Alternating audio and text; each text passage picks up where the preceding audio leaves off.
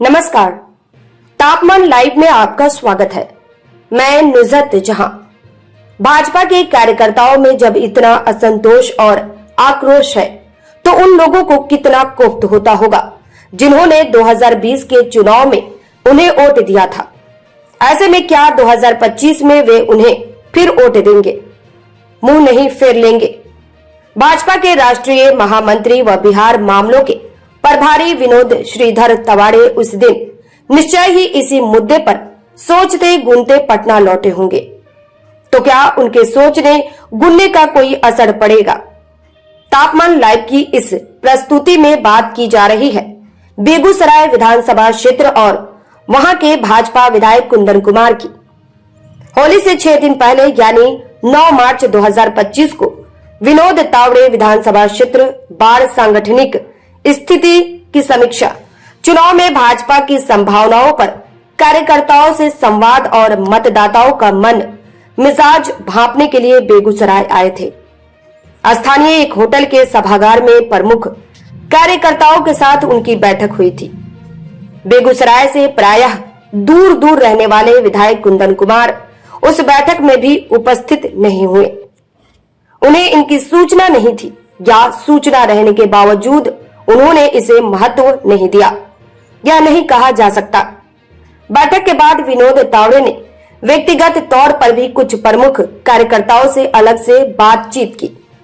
बताया जाता है कि उसी क्रम में कतिपय कार्यकर्ताओं ने विधायक कुंदन कुमार की कार्यशैली पर गंभीर सवाल उठाते हुए उन्हें एक ज्ञापन सौंपा।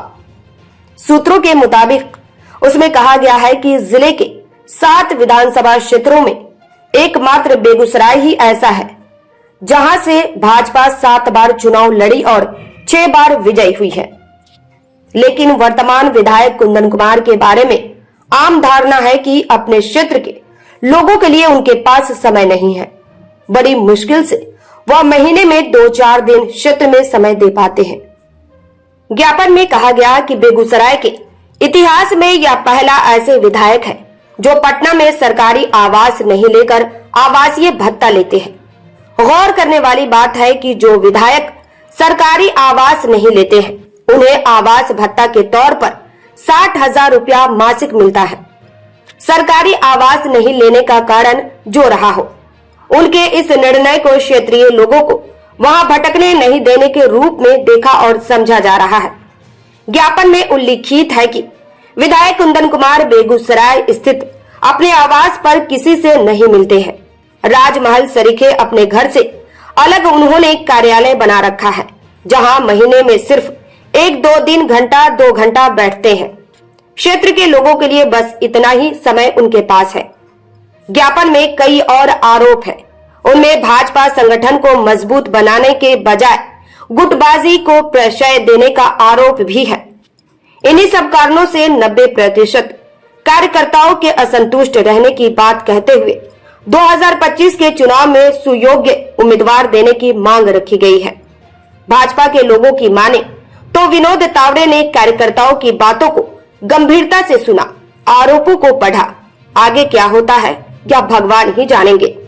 वैसे कार्यकर्ताओं से बातचीत के दरमियान विनोद तावड़े ने स्पष्ट शब्दों में समझा दिया कि भाजपा में किसी को भी खुद को प्रभावशाली और उसी प्रभाव के बूते उम्मीदवारी या फिर कोई दूसरा पद पा लेने का भ्रम नहीं पालना चाहिए। विनोद तावड़े के मुताबिक भाजपा में निर्णय व्यक्ति नहीं पार्टी हित में हुआ करता है। किसी ने नेताओं का बढ़िया स्वागत सत्कार कर दिया, स्वादिष्ट खाना खिला दिया तो उसे पार्टी की उम्मीदवारी मिल जाएगी। यह सोचना समझना और मानना मूर्खता होगी।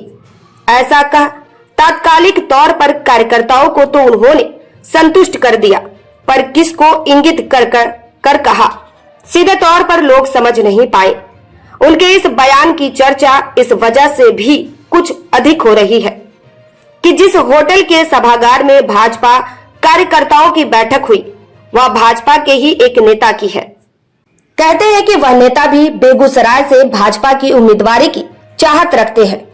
भाजपा कार्यकर्ताओं के एक तबके के असंतोष और उम्मीदवारी की बाबत विनोद तावड़े की स्पष्टोक्ति के बाद बेगूसराय के राजनीतिक फिजा में यह सवाल तैरने लगा है कि क्या कुंदन कुमार को 2025 के चुनाव में हाथ मलने के लिए छोड़ दिया जाएगा?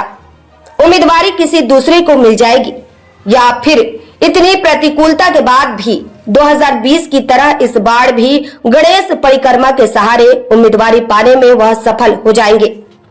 परिणाम भले नकारात्मक निकले, विश्लेषकों की समझ में कुंदन कुमार की जो अर्थ आधारित पारिवारिक और राजनीतिक पृष्ठभूमि है, उसमें तमाम अलोकप्रियता गौण पड़ जाएंगी और भाजपा की उम्मीदवारी उन्हें ही समर्पित कर दी जाएगी।